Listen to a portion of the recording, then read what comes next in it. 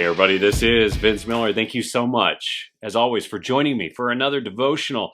I especially want to thank all of you out there who are members, who have stuck with me for a long time, who love studying the Bible with me, love digging in, love applying what we're learning here to everyday life. I love you guys. Thank you so much for being a part of this journey with me. Today we're going to be in John chapter 13. I'm going to read verses 2 through 4.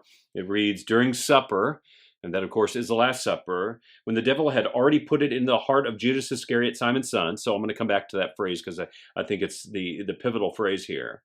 To betray him, Jesus, knowing that the Father had given all things into his hands and that he had come from God, was going back to God, rose from supper. And of course, next we have the foot washing example. So many have referred to this incident here with Judas as the whisper of the devil.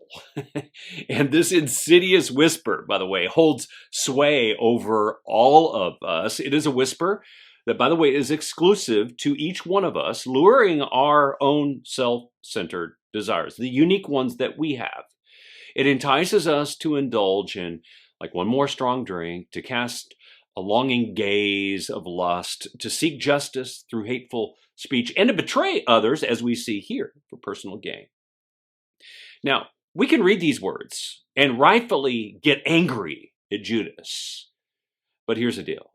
This issue lies in the fact that we have all been a Judas at some point. We have all heard and yielded to the whisper of the devil, and in doing so, we have sat across the table from Jesus, gazing into his eyes, and consciously betrayed him. We are complicit and implicated in this instance.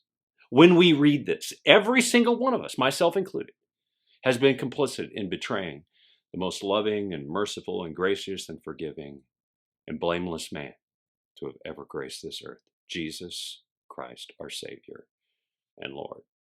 So today, here's what I want you to do. I want you to pay attention to the whisper of the devil. You're going to recognize it when you hear it. It's easily discernible. You know why?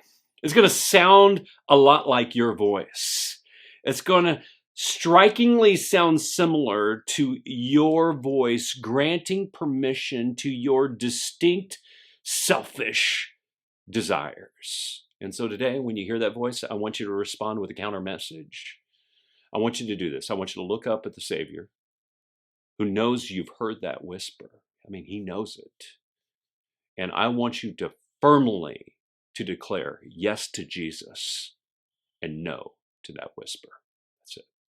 I love you guys. I pray that this has blessed you, that you will share it with someone else, and I'll see you right back here again tomorrow.